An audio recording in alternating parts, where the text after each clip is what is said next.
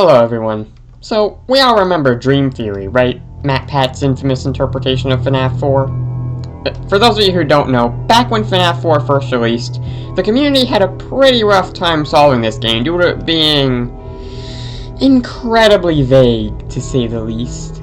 It was the seemingly random Easter eggs thrown throughout the game that would lead MatPat to come up with the idea that all the FNAF games are the crying child's dying dreams after the bite of 83. This theory was, and still is to this day, very divisive. And by the time Sister Location came out the next year, most people didn't believe the theory at all. For a while, no one could really figure out the meaning of the FNAF 4 minigames, until someone came up with the idea that when Crying Child died, he would go on to influence the timeline based on the things he saw when he was alive. This theory, known as Memory Victim, or God Victim, would quickly become the most popular interpretation of the FNAF 4 minigames. Now, don't get me wrong, I think this theory has a lot of interesting ideas going for it. It's just that my biggest problem with it is that it kinda comes out of left field. Let me explain. In FNAF 1, there are 5 animatronics, with 5 dead kids, 1 per animatronic. Then later in FNAF 2, we're introduced to the DCI, where there are 5 of them once again possessing each of the 5 toy animatronics, as well as 1 earlier victim possessing the puppet. And then once again in FNAF 3, the only real animatronic there is possessed by 1 character. And then there's FNAF 4. We're introduced to this 1 kid who has a clear association with 1 animatronic character, and his soul is somehow split off into everything? And that's why Mangle is broken in FNAF 2. Do you see the problem here? If Memory Victim was Scott's intention with FNAF 4, then it was not made clear in the slightest. We had no reason to believe, especially at the time, that any spirit in the franchise could ever do something like that based on how the franchise portrayed spirits prior to this game. So, I don't blame MatPat for coming up with Dream Theory. Based on how the franchise operated, it was what made the most logical sense at the time. Now, with that being said, what would the most likely answer for the FNAF 4 minigames be at the time? Well, it's Dream Theory. Oh no, not MatPat's version of it. That version's stupid. No, I would like to propose the opposite idea. Dream Theory, as MatPat presented it, states that everything in FNAF is a dream except the FNAF 4 minigames. In this video, I would like to propose the opposite, where everything in FNAF is real except for the FNAF 4 minigames. Now, normally in these videos I like to build up to the conclusion, but I think in this instance it would be better if I started with it. I think the FNAF 4 minigames are dreams being had by Michael Afton in an attempt to redeem himself for killing his brother in 1983. So, yes, before we continue, I want to make one thing clear. The Bite of 83 is a real event that happens in the story of the games. The week before confirms this. This theory merely posits the idea that what we see in FNAF 4 is not what literally happened during that time. Everybody got that? Good. Now, let's start with the first part of my conclusion, that the FNAF 4 minigames are dreams. If you've seen MatPat's Dream Theory video, you would know that he used the seemingly random Easter eggs thrown throughout the minigame to say that, because the Crying Child saw them during his life, they ended up manifesting as various animatronic characters in his dreams.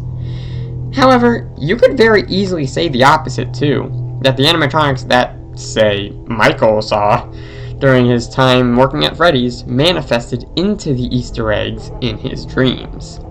In fact, let's see if we can figure out when FNAF 4 takes place so we can confirm that there's at least one reference to every game that takes place before it. Well, if we take a look at the survival logbook, we'll notice multiple images of Foxy in the FNAF 3 office. We know that Foxy often represents Michael, and we also know that Michael owns the logbook. And at one point in the book, Michael draws an image of Nightmare Fredbear under the page where it talks about recent dreams. And it's a very good drawing too. Michael is quite the artist. But anyway, this seems to confirm that FNAF 4 takes place sometime during or after FNAF 3. So, are there any Easter eggs of FNAF 4 that reference FNAF 3? Well, there is one. It's this kid.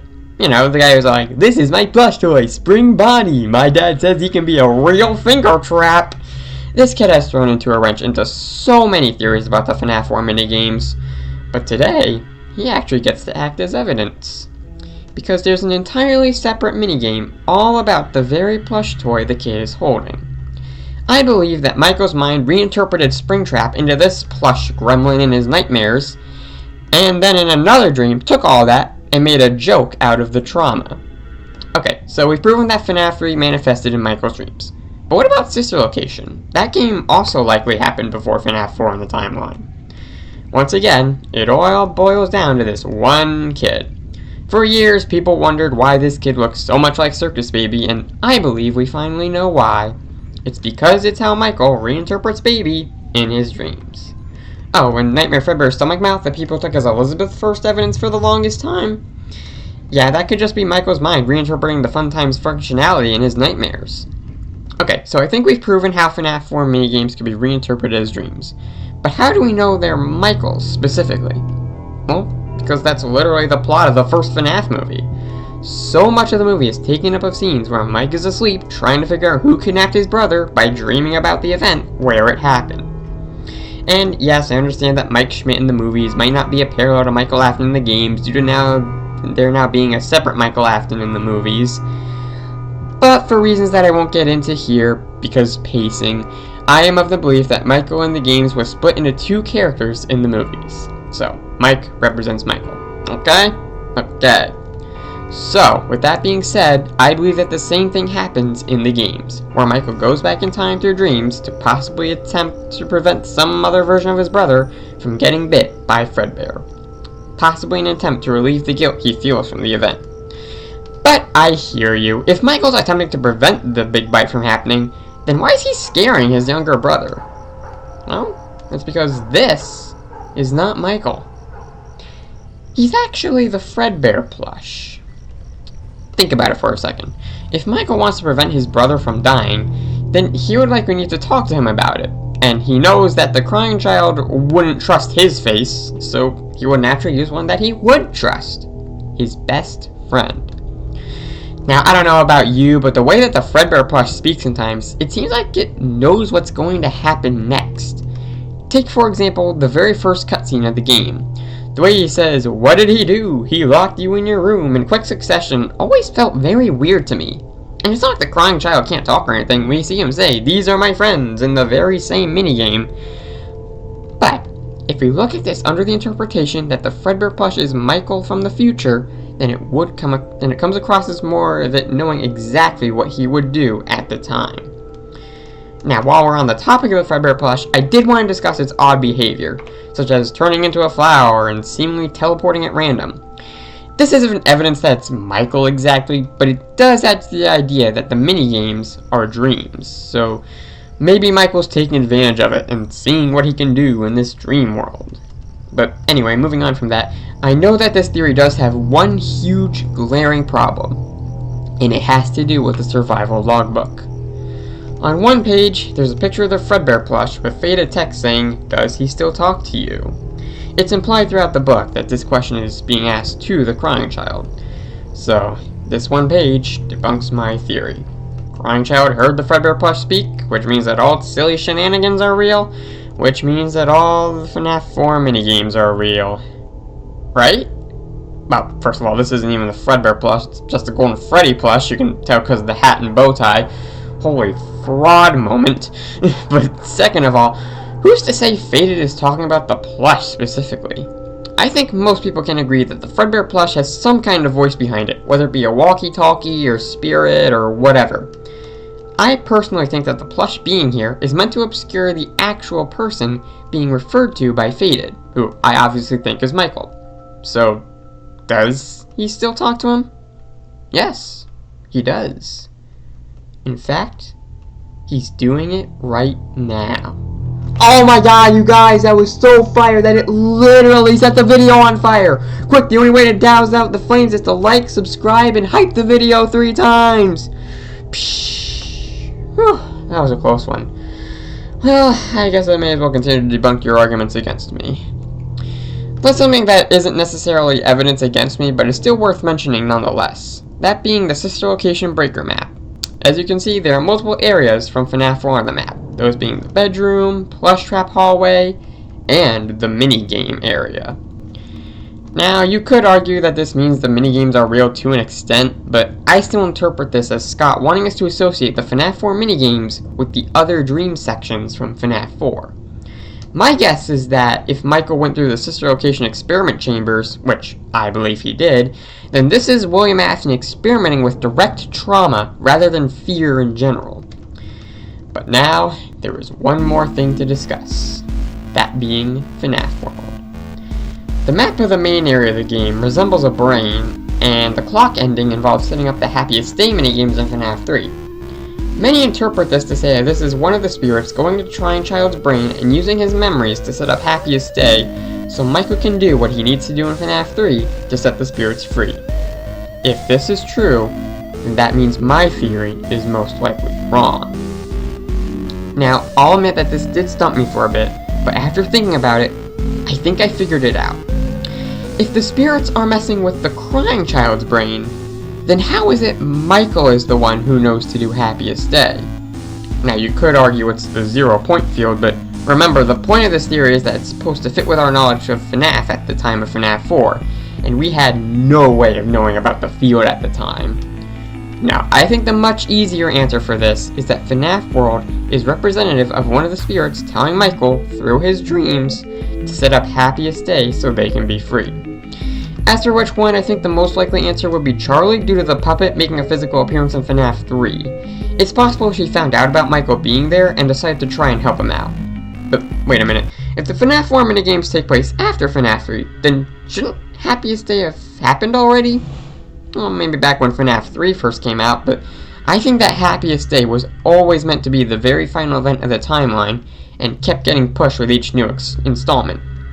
So, consider this. How do you get Happiest Day in FNAF 3? Well, by playing each of the minigames, unlocking and completing their secret sections, and, after the main story of the game is complete, the player is rewarded with an image implying that the spirits have finally gone to rest. Now, how do you unlock the Lore Keeper ending in Pizzeria Simulator? Well, by playing each of the minigames, unlocking and completing their secret sections, and, after the main story of the game is complete, the player is rewarded with an image implying that the spirits have finally gone to rest. I believe that, after the timeline continued after FNAF 3, Scott needed to show Happiest Day happening, and came up with Pizzeria Simulator to take the place of FNAF 3 for that purpose in the story. So, with that being said, I think that's everything I got to convince you of my theory. So now let's take a look at Michael's story with my theory in mind. In 1983, Michael would end up being responsible for getting his brother bit by Fredbear, and for years would live with this trauma, even with it being used against him for his own father's twisted experiments. When he would finally get out of there, he would have constant nightmares about the event for a large portion of his life. That is, until finally finding his father once again at Fazbear's Fright. After finding the courage to burn down the building with his father inside, this would finally convince Michael to face the trauma in his dreams, attempting to prevent the event from happening, albeit to no avail. At the same time, however, Charlie would find a way to communicate to Michael through said dreams about a way to set all the spirits free, including his brother. And so, Michael would go through Pizzeria Simulator and free all the spirits there, including himself. Thank you everybody so much for watching. Normally this is the part where I discuss my theory, unscripted, but I'm gonna keep it short this time upon realizing that most people tend to click off at this point, so. Do I think this was Scott's intention? Probably not.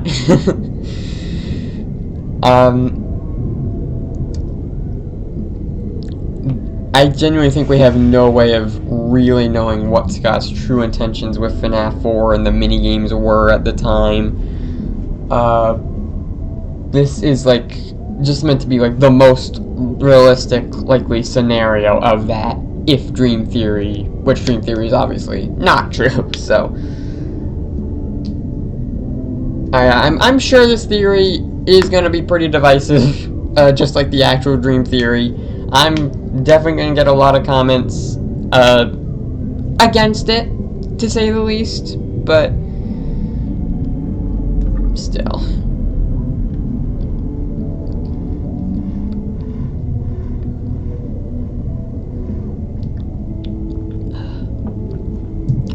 Anyway,